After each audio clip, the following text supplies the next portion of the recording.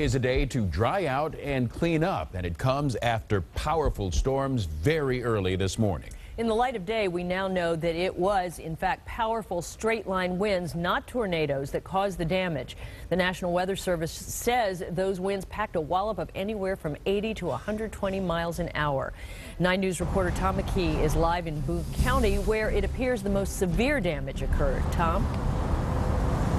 Well, Carol, that is correct. This is the I-75, I-71 rest stop northbound heading towards Cincinnati. It's very quiet now. Much of the cleanup work for the vending machine facility behind me is done for the day. It's quite a contrast, though, to this morning when the winds roared through this facility and the region around it. What does it take to blow over semi-tractor trailers? How about knocking mobile homes off their foundations or snapping telephone poles like twigs?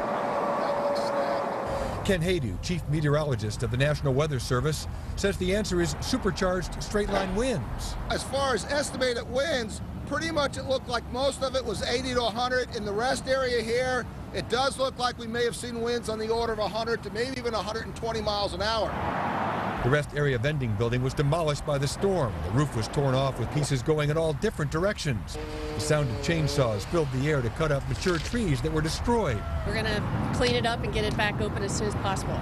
At the nearby Deer Trace Mobile Home Park on Route 25, 4 homes were knocked off their foundations. When the storms approached, Brandon Little packed up his wife and 3 children and left their trailer. We are very fortunate.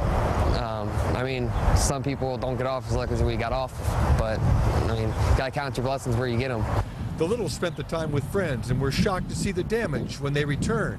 When you come home to something like that and you find your house trashed, it completely blows your mind because you don't know what to do. You don't know how to go about taking care of it.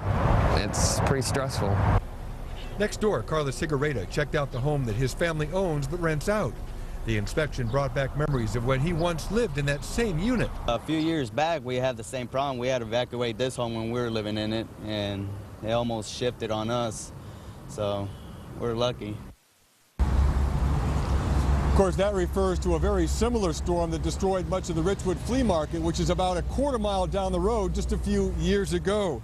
That storm followed virtually the same path through Boone County. Coming up at 6, Carol and Clyde, we'll take you to Frogtown Road, where residents are still struggling to restore electrical service left over from the storm. Tom McKee reporting live from Boone County. Thanks, Tom.